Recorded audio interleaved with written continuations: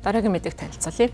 Америкийн нэгдсэн улсын Калифорни мужид нэгэн хэрэг гарсан байна. За энэ хүү хэргийг үйлдсэн этгээд нь насанд хүрсэн эрэгтэй байсан байна. За түүний хувьд бол Roblox, Discord нэртэй одоо залуу хүүхдүүдийн дунд нэлээд түгээмэл хэрэглэгддэг тоглоомын одоо платформыг ашиглаж 10 настай хүүхэдтэй танилцсан байна. Ингээд улмаар 10 настай охиныг бол хулгайсан гэмт хэргийг үйлдсэн гэдгийг орон нутгийн цагдаагийн газар мэдэгдэж байгаа юм байна. За Калифорни мужийн тус иргэний бол 27 настай Мэтью Макотоно Навал гэдэг юм хүн юм байна. За ням гарагт бол насанд хүрээгүй хүүхэд хулгайлж хууль бусаар бэлгийн хүчирхийлэл үйлдсэн хэрэгт шижиглэгдэн баривчлагдсан гэдгийг Калифорни мужийн Керн дүүргийн шерифийн албанаас мэдээлж байгаа юм байна. За Калифорни мужийн Тафт хотоос охиныг сургаггүй алга болсон гэж гэр бүлийнх нь одоо мэдээсний дараа цагдаагийнхан ням гарагт хүүхдийг эрен хаах ажиллагааг эхлүүлсэн байна. За сургаггүй арга болсон насанд хүрээгүй хүүхэд хулгайлагдчихсан байж болзошгүй гэсэн мэдээллийн дараа мөрдөгчд энэ насанд хүрээгүй хүүхдийг нийгмийн сүлжээгээр энэ одоо 27 настай эрэгтэйтэй харилцаж байсныг нь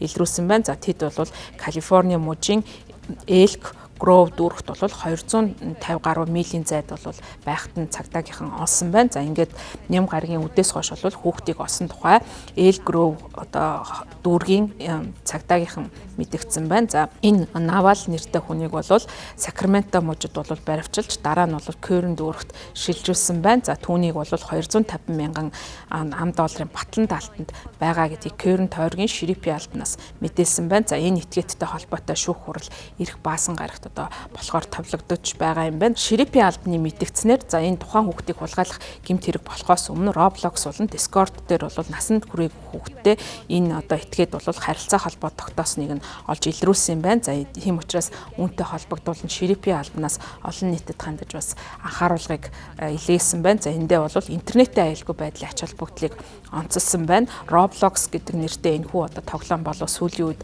залуу хүүхдүүдийн дунд нэлээд түгээмэл болсон. За ялангуяа 10-аас 12 насны хүүхдүүдэд ихээхэн дэлгэрсэн ийм онлайн тоглоомын платформ байдаг юм байна. За харин Discord гэдэг нь бол шууд одоо мессеж илгээдэг ийм платформ юм байна. За үүгээр дамжуулж бол гэмт этгээдүүд хүүхдүүдийг одоо олзолж авдаг юм байна. За тийм учраас эцэг эхчүүдээ хүүхдийнхаа захим хэрэглээх хянж хүүхдүүдээ одоо хинтээ харилцаж байгааг нь мэдэх хэрэгтэй. За зарим тохиолдолд бол зөвхөн одоо нийгмийн сүлжээний платформ Facebook дээр харилцаж байгааг нь харах нь бол хангалтгүй. За зарим одоо энэ онлайн тоглоомын платформуд нь бол мессеж бичих чадвартай байдаг юм байна. За үүгээрээ дамжуулаад бол хүүхдүүдийг буруу одоо үйлдэлд уруу татдаг байх магадaltaй гэж үзэж байгаа юм байна. За харин Roblox компанийн хувьд бол саяхнаас одоо ихээхэн олон нийтийн дунд алдаршиж байгаа. За тус компанийг одоо үүсгэн байгуулагч гүйцэтгэх захирал Дэв Безоски гэж хүн байдаг юм байна. За түүний хувьд бол энэ платформ ковидын үед бол нэлээд олон нийтийн одоо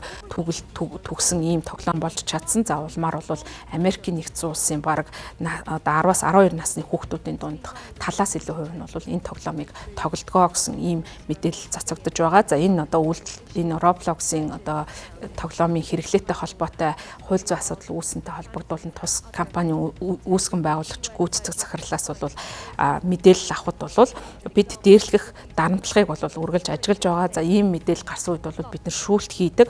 За шаардлагатай бол хууль одоо эрх зүйн байгууллагуудад ханддгаа гэсэн ийм мэдээллийг өгч байна. За тэгвэл бол энэ одоо компани зүгээс явуулж байгаа бодлого нь гэмт хэрэгээс сэргийлэхэд төдийлөн хангалттай бус байгааг бол энэ хүү 10 настай хүүхдийн хулгайлагдсан хэрэг харуулж байгаа юм байна.